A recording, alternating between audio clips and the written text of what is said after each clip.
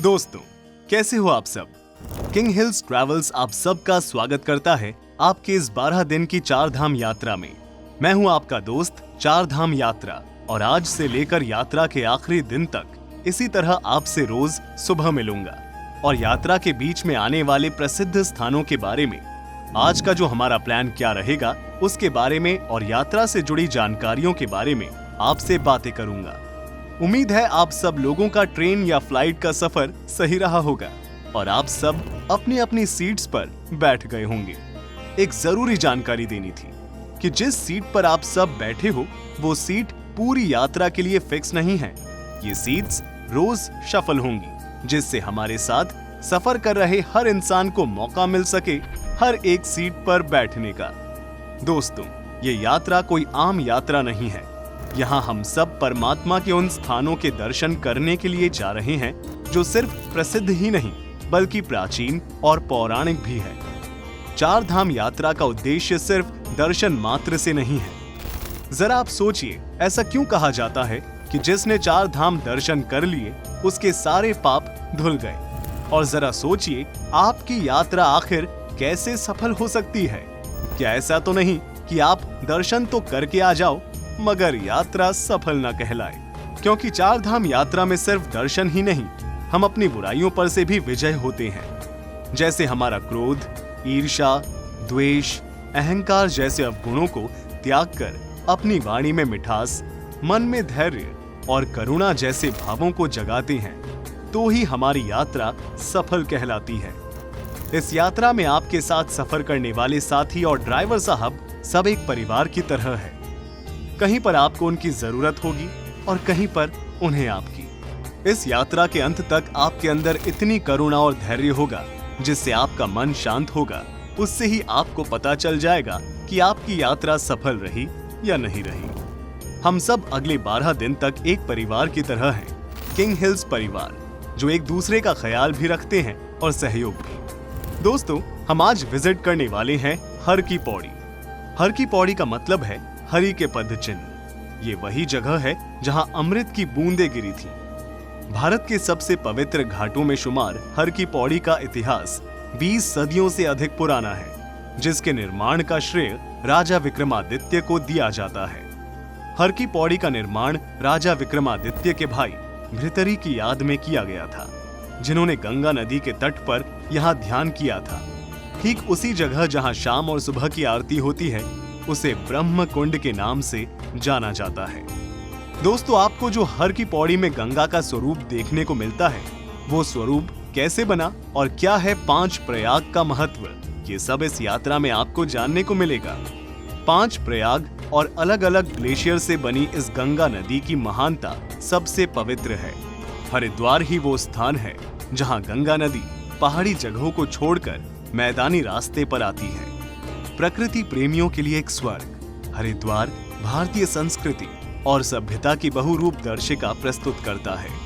हरिद्वार को ईश्वर का प्रवेश द्वार भी कहा जाता है, जिसे मायापुरी, कपिला, गंगाधर के रूप में भी जाना जाता है।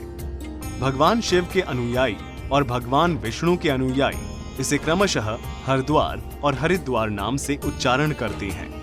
जैसा कि कुछ लोगों ने बताया है कि यह देवभूमि चार धाम अर्थात बद्रीनाथ, केदारनाथ, गंगोत्री और यमुनोत्री के प्रवेश के लिए एक केंद्र बिंदु है।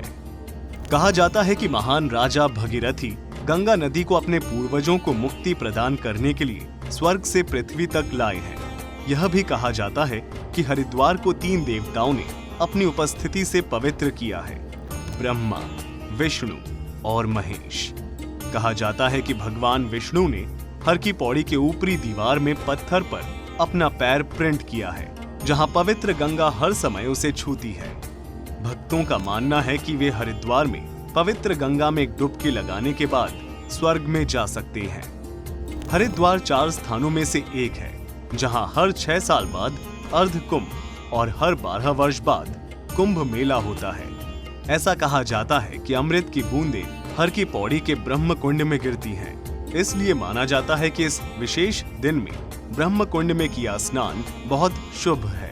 प्राचीनतम जीवित शहरों में से एक होने के नाते हरिद्वार प्राचीन हिंदू शास्त्रों में भी अपना उल्लेख पाता है, जिसका समय बुद्ध से लेकर हाल ही के ब्रिटिश आगमन तक फैलता है।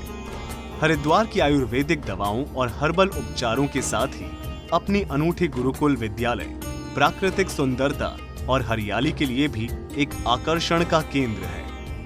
गंगा नदी की पहाड़ों से मैदान तक की यात्रा में हरिद्वार पहले प्रमुख शहरों में से एक है और यही कारण है कि यहाँ पानी साफ और शांत है। हरे भरे जंगल और छोटे तालाब इस पवित्र भूमि को प्राकृतिक सुंदरता से जोड़ते हैं।